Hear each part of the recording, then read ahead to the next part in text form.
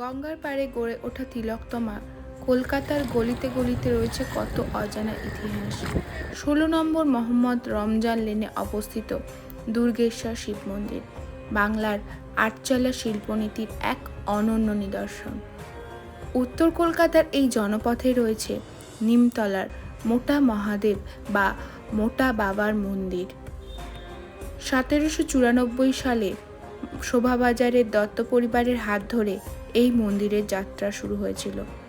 আজ প্রায় 230 বছরেরও বেশি সময় ধরে জীর্ণদশা সত্ত্বেও ভক্তদের কাছে এই মন্দিরের আধ্যাত্মিক মাহাত্ম্য অম্লান।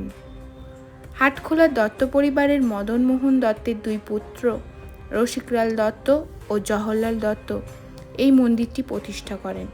মন্দিরটির উচ্চতা আনুমানিক 50 ফুট, লম্বায় 24 ফুট ও চওড়ায় 29 ফুট। লোকমুখে শোনা যায় এই মন্দির যখন স্থাপিত হয়েছিল তখন এর পাশ দিয়েই বয়ে যেত গঙ্গা নদী।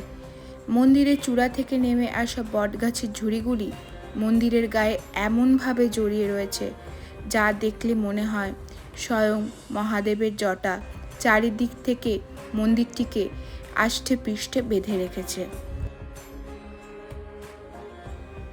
এই মন্দিরকে ঘিরে এক অলৌকিক কাহিনী ভক্তদের মুখে মুখে শোনা যায়। একসময় যখন মন্দিরের পাশ দিয়ে গঙ্গা নদী বয়ে যেত তখন নাকি শিবলিঙ্গটি নিজেই স্থান ত্যাগ করে গঙ্গার দিকে চলে যেতেন। লোকবিশ্বাস অনুযায়ী মহাদেবের এই ঘুরে বেড়ানো বন্ধ করতে এবং তিনি যাতে নিজের জায়গা ছেড়ে পালিয়ে না যান তাই শিবলিঙ্গটিকে মোটা লোহার শিকল দিয়ে বেঁধে রাখা হতো।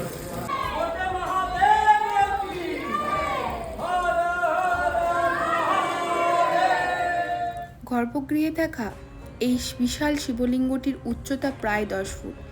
এই অতিকয় অবয়বের জন্যই তিনি ভক্তদের কাছে মোটা মহাদেব বা মোটা বাবা নামে পরিচিত।